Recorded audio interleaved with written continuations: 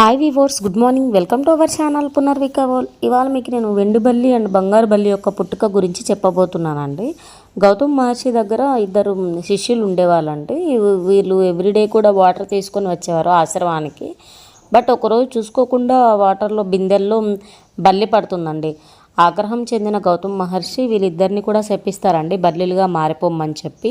So దీనికి శాప విమోచనము మనకు వరదరాజ పెరుమాళ్ ఆలయంలో దొరుకుతుంది అని చెప్తారు. ఇది కాంచీపురంలో ఉంటుంది.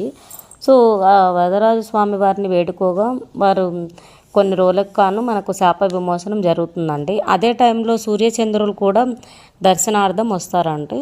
సో వారు ఇద్దరు ఆదేశాల ప్రకారం మనకు ఏంటంటే భక్తులను రక్షించే విధంగా, బల్లి పడినప్పుడు రక్షించే విధంగా వాళ్ళకి బంగారు అండ్ వెండి విగ్రహాలుగా మారి ప్రజలను రక్షించమని ఆదేశిస్తారు. వీడియో కనుక నచ్చినట్లయితే